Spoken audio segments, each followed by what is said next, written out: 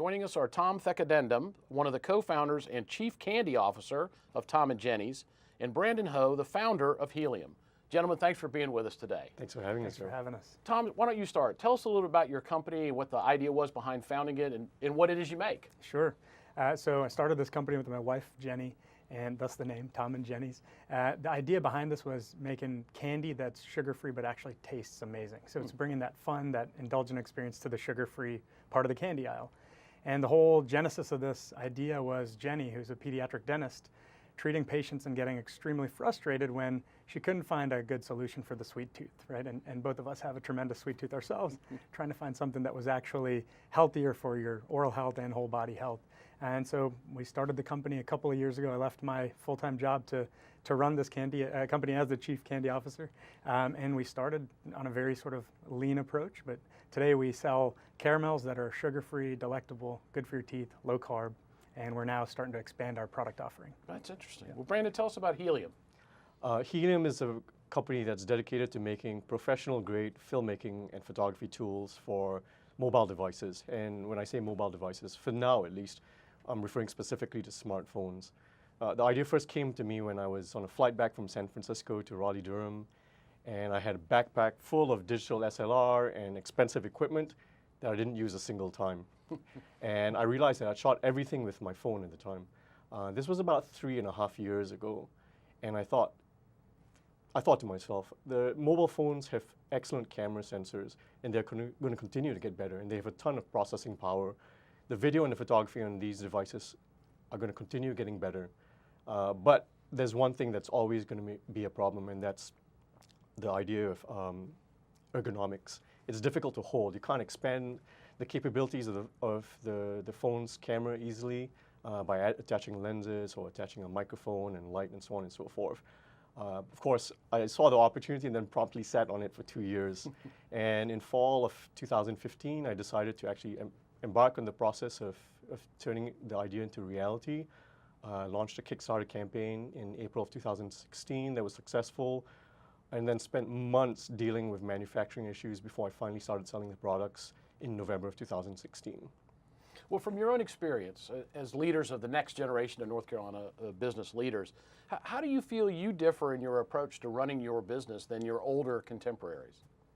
Well, I think one of the big differences is just the sort of approach to how do you fund the business, and Brandon mentioned crowdfunding. I think you see a lot more of the new age of entrepreneurship being focused around alternative methods. How do you bootstrap a business?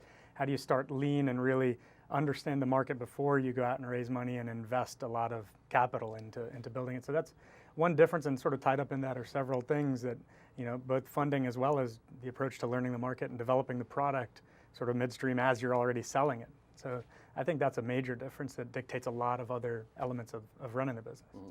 I think one of the environmental factors that helped me get the company off the ground is the fact that there are a lot more people who are working in the so-called gig economy, who are picking up projects and jobs on more of an ad hoc basis as opposed to having a preset 9-to-5 job.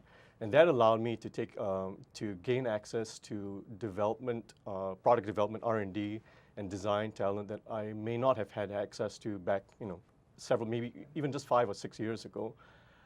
That, and of course, the crowdfunding campaign helped significantly.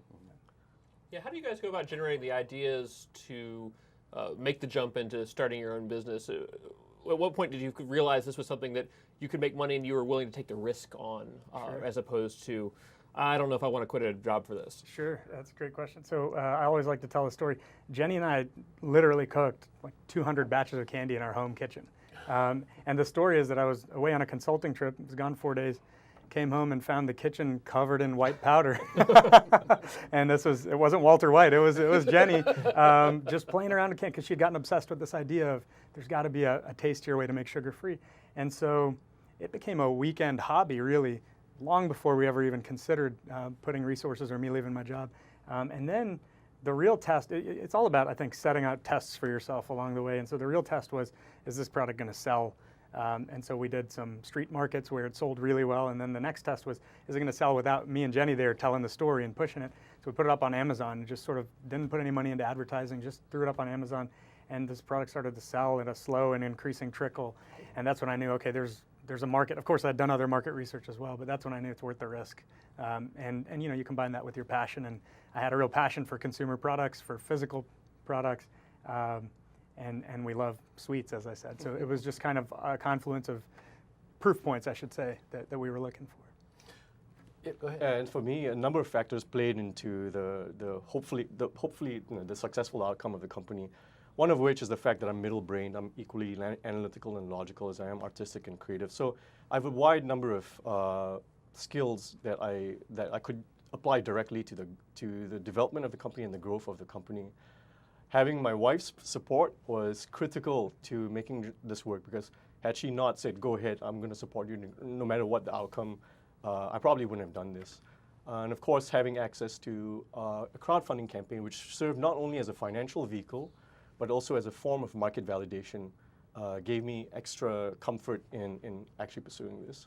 Well, clearly you're both innovators. You've taken the germ of an idea and turned it into a business. But even as a construct, you still have to deal with regulatory issues, taxation, workforce concerns. How do you approach those sorts of public policy issues as a matter of running your business in ways that you feel are different than perhaps older generation business leaders have? So, you know, I think as small companies, we don't have all the resources to really go out and try to change public policy. So we, unfortunately, at this stage in the game, have to operate within it.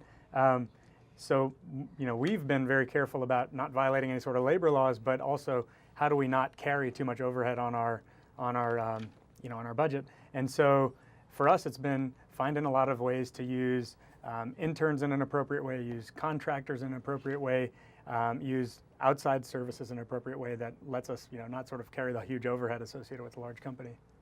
I can't say that I've really had to deal with many of those issues. I mean, Helium is a 1.05 person company. It's me and a contractor / friend who helps out with a lot of the stuff. A lot of the stuff that he does for me is done gratis, so I don't have to worry about infringing on some of the labor laws and you know, or any kind of regulations related to labor. Real quickly, as a final question, 10 seconds, where do you hope the company goes? So I want to take the company to $10, $20 million in sales in the next 5-6 years. We want to be a household candy name and help people consume better candies. Brandon? I don't have a financial goal in mind. What I do hope is that Helium fundamentally changes how visuals are created.